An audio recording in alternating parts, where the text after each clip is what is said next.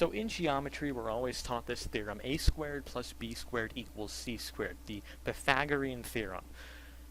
But if we don't understand this theorem fully, we have a lot of questions. And if you take those questions to your geometry teacher, they will show you this figure of a triangle where the smallest segment is A, the longest leg is B, and the longest segment in general, the hypotenuse, is C.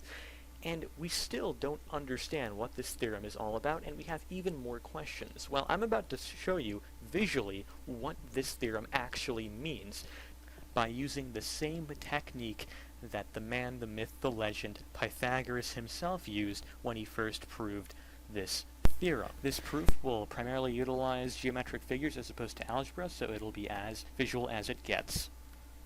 So let's say you have a square, and within that square you draw 4 line segments, each of which are red, and that kind of creates another red square inside. Now if you look closely in the top left, top right, bottom left, bottom right, you kind of have 4 triangles made. And you can label each segment, each leg of those triangles. Let's label each small leg with A, as you can see.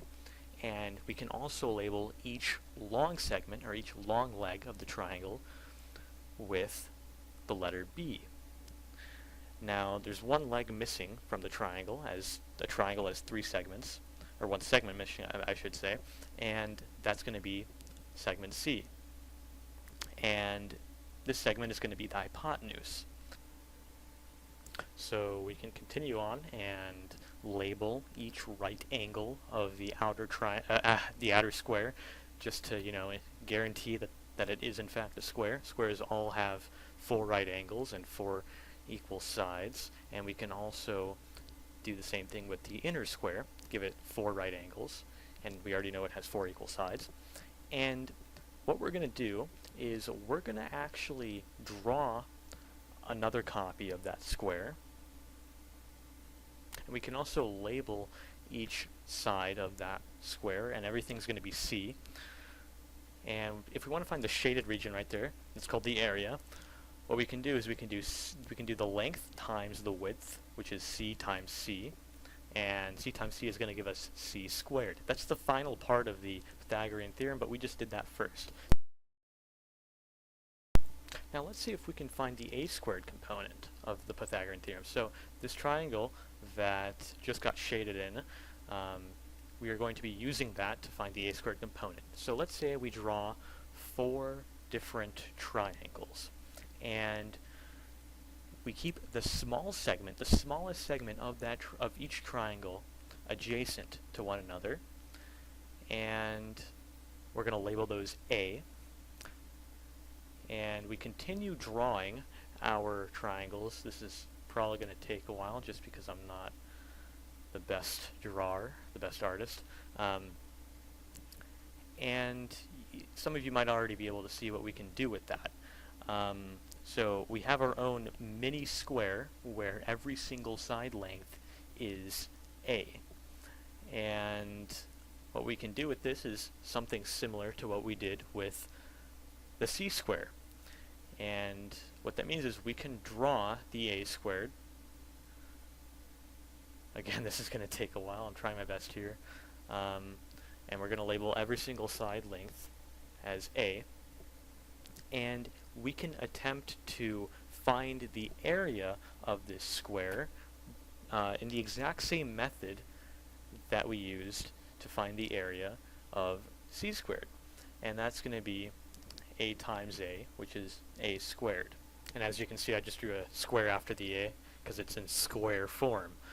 Now let's look for the final component, the B squared component. We can do that by doing the exact same method. We can draw 4 triangles. We can actually build off of this A squared triangle here. And so we're going to label all the interior segments as B, and they're all going to be the same because it's a square. And once we finish drawing this triangle, this last triangle here, we are going to apply the exact same method as the previous squares, and that is we're going to draw the square, we're going to label the square, we're going to shade it in, we're going to find the shaded in area, which is going to be B times B, and so that's B squared. And we now have all three components. We have a squared, we have b squared, and we have c squared. And so because we have the area of each square, we can add up square a's area with square b's area. So it's a squared plus b squared, and we can get c squared. And here's the numerical proof of it. You can either try it in real life with measurements, or if you're too lazy for that, I can just prove it for you with numbers right here. So let's use the basic Pythagorean triplet 3, 4, 5. Now if you wanted to review this, we would get the Pythagorean triangle where the small segment is 3, then we have 4, and then the hypotenuse is 5. And of course it's going to have a right angle because it's a right triangle. So let's say the small segment a is equal to 3. Well, if we plug this into a squared, we get 3 squared. And what that means is a squared is going to be equal to 9. So let's write that down. Now let's try the same thing with b squared.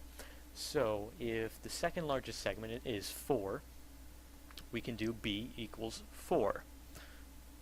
So what that means is 4 squared is going to be equal to b squared, which is equal to 16. So b squared is 16. Now we can finally do c squared, the area of square c. So c equals 5, because it's the longest segment, 5, the hypotenuse. So 5 squared is equal to c squared, which is equal to 25. And we can write that down as 25 right there. And if we just take a look at the left side, we have 9 and 16, and on the right side we have 25. Now let's add those up. So 9 plus 16 as a total is 25, and that's equal to the right side, which is also 25. 25 equals 25. That is a true statement.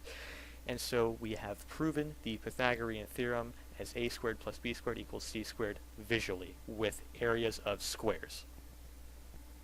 So I hope this visual proof of the Pythagorean theorem has brought you a better understanding of the Pythagorean theorem as well as geometry as a whole. And aside from that, thank you for watching.